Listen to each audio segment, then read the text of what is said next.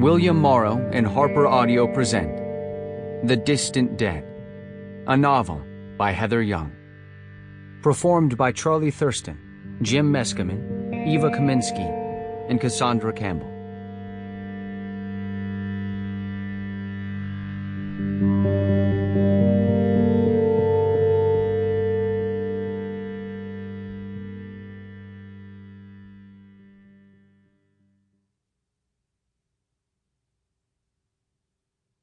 Our dead are never dead to us until we have forgotten them. George Eliot. Long ago. The boy shouldn't have been in the cave. He knew this. He was a good boy, the sort of boy who cared about shoulds and shouldn'ts. But the thrill of this particular shouldn't made him feel like a different sort of boy, the sort of boy he wished he were. It was why he was there. The air outside the cave was wavy with late summer heat, but the air inside was cool, and on his tongue it tasted of dust and daring. He was 12 years old, and he was alone for the first time in his life. The cave was some distance from where his people made their camp by the Great Lake, but they could see it, a black eye in a cliff that surveyed the wide, flat basin.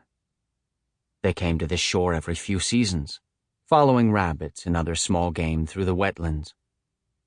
In their stories, the cave was a place that drove men so mad that they returned from it unable to speak, even the seers, who lived mostly in dreams. There was a seer among them now, a bent old man who had visited the cave the summer the boy was born. The boy kept his distance from him, as all the boys did. But he watched as the old man spent long, wordless hours drawing circles in the dirt. Sometimes the seer looked up from his tracings, and in his bottomless black eyes, the boy thought he saw not madness or terror, but something like awe. As he stood at the mouth of the cave, the boy marveled at the earth stretched wide below him. The grasses close to the lake gave way to low brush at the feet of the rocky bluffs that rose above the basin floor like blisters. The lake itself was vast, a blue sheet vanishing into the shimmering sky to the north and east. His people called it Allelu, which in their language meant water of life. 10,000 years later, a different people, half the world away, would make Allelu a song of praise. By then, the Great Lake would be gone, leaving a flattened desert in its wake. Above the boy's head, an eagle soared, black against the sky, a beautiful wild thing that would be dead before the season was done. The boy was beautiful too, with a face as delicate as a girl's and long-lashed brown eyes. He was his mother's only child to live past the suckling years. Like her other babies, he had been sickly and small, and even now he was slight.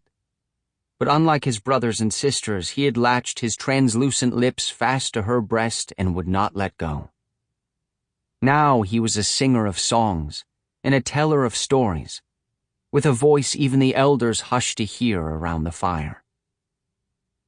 Tonight the elders would anoint the boy a man, together with 2 other boys born in the same season. But the boy didn't feel like a man. He saw the arcing muscles of the other boys' arms and the proud bones hardening in their faces, and believed himself to be a child. He heard them talk about the hunts they would join, and knew himself to be afraid of the wild boar and the charging mastodon. He didn't see how the elders listened when he read the stars, or how the other boys looked at him when they spoke, to see what he thought.